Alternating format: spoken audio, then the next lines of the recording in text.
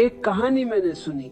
एक राजा के दरबार में एक नया नया आदमी आया और उसने उस राजा को कहा कि आप क्या मनुष्य जैसे वस्त्र पहने हुए हैं, आपके राज्य की सीमाएं नहीं है। करीब करीब पृथ्वी आपके बस में आ गई और आप मनुष्य जैसे कपड़े पहनते हैं। मैं आपके लिए देवताओं के वस्त्र ला सकता हूं। राजा बहुत बहुत प्रभावित हुआ और उसने कहा कि कितना खर्च होगा।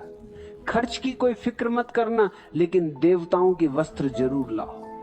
उस आदमी ने कहा, आज तक पृथ्वी पर देवताओं के वस्त्र नहीं आए, ये पहला मौका होगा।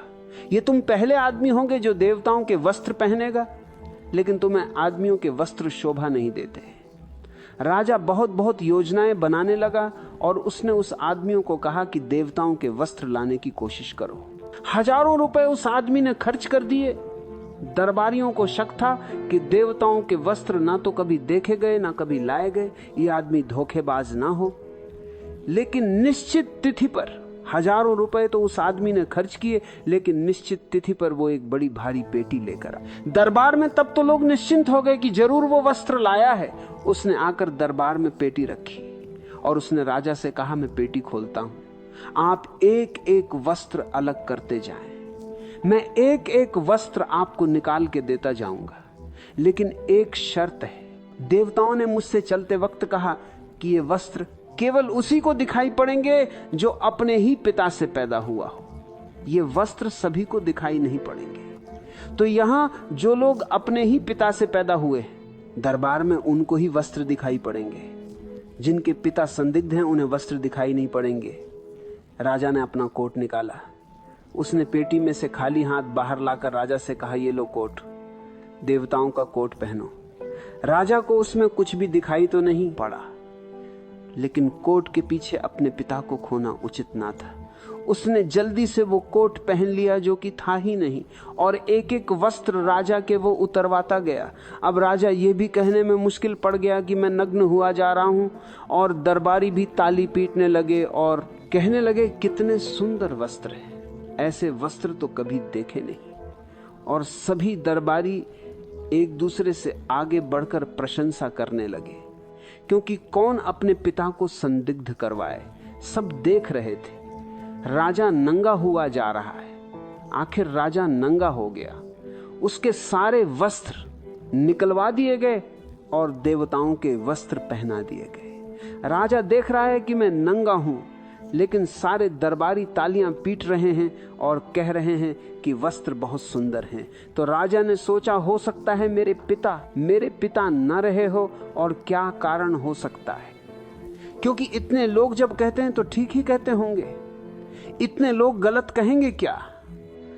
फिर उस आदमी ने कहा कि यह वस्त्र पहली दफा पृथ्वी पर उतरे हैं, राजधानी के लोग देखने को उत्सुक होंगे, तो जुलूस निकाला जाए। राजा डरा, लेकिन उसने सोचा कि होंगे 10-5 ही लोग तो होंगे राजधानी में जिनके पिता संदिग्ध होंगे, उनको शायद मैं नंगा दिखाई पड़ूं, बाकी सारे लोगों को तो वस्त्र दिखाई पड़ेंगे। अब जो कुछ होगा, इनकार करना ठीक ना था, क्योंकि इनकार का मतलब कि राजा को शक है कि वस्त्र नहीं है। दरबारियों ने भी कहा कि तो बिल्कुल ठीक है।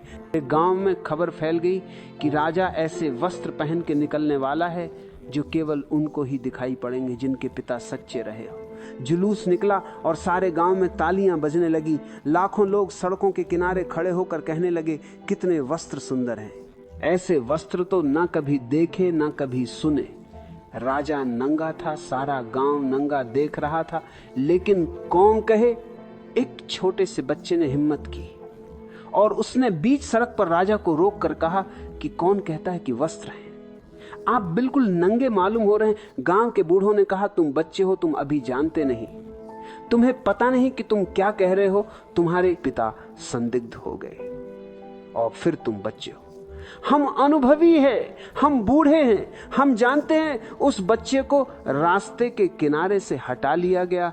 एक ही बच्चे ने हिम्मत की, किसी बूढ़े ने तो कोई हिम्मत नहीं की, क्योंकि बूढ़े सब समझदार थे। उन सब ने वस्त्रों की तारीफ की और प्रशंसा की। सारे गांव में नंगा राजा होकर वापस लौट आया महल में। हर आदमी यही सोचता रहा कि मैं ही गड़बड़ हो सकता हूं, पूरा नगर कैसे गड़बड़ होगा। और किसी आदमी ने किसी दूसरे से ना कहा, क्योंकि दूसरे से कहने से बड़ी मुसीबत हो सकती। हमारे विश्वास इससे ज्यादा भिन्न नहीं है। हम उन्हें केवल इसलिए पकड़े रहते हैं कि और सारे लोग भी पकड़े हुए हैं। भीड़ क्योंकि उन्हें पकड़े हुए हैं, इसलिए साहस हमने नहीं होता कि हम उन्हें छोड़ दें। और जब हमें मिट्टी के मूर्ति के सामने खड़े करके कहा जाता है कि भगवान है, तो हमें दिखाई तो पड़ती है। राजा तो नंगा दिखाई पड़ता है, लेकिन जब सारे लोग कहते हैं कि ये भगवान है और राजा वस्त्र पहने हुए हैं, तो हम भी हाथ जोड़ते हैं और नमस्कार करते हैं और कहते हैं, भगवान जो आदमी भीड़ के इस सम्मोहन में, ये जो भीड़ की हिप्नोसिस है, ये जो भीड़ का प्रभाव है, समय बह जाता है। वो आदमी कभी सत्य को नहीं खोज पाता, उसका चित्त कभी इतना साहस नहीं जुटा पाता कि चीजें जैसी हैं उनको वैसा देख सके, चीजें जैसी हैं वैसा उनको देख सके, तथ्य जैसी हैं उनको वैसा देख सके, और सीधा नहीं। भीड़ का सम्मोहन बहुत गहरा है, और इसीलिए जब भीड़ मजबूत होती है तो व्यक्ति खो जाता है। दंगे फसाद में अगर 1000 20,000 आदमी एक मकान में आग लगा रहे हैं तो आप भी सम्मिलित हो जाता है। हो सकता था अकेले में आपसे कोई कहता कि इस मकान में आग लगा दो, तो आप कहते ये तो बड़ा बुरा काम है। लेकिन जब 2000 लोग मकान में आग लगा रहे थे तो आप भी सम्मिलित हो गए, क्योंकि 2000 लोगों का सम्मोहन ये कहता है कि आप गलत हो गए। 2000 लोग थोड़ी गलत हो सकते हैं। इसलिए दुनिया में जितने बड़े पाप है वो व्यक्तिगत आदमी कभी नहीं करते, हमेशा भीड़ में करते हैं। छोटे पाप अलग अलग करते होंगे, बड़े पाप हमेशा भीड़ में करते हैं। दुनिया में छोटे पापों का जुम्मा आदमियों पर कभी नहीं है, भीड़ पर उनका जुम्मा है।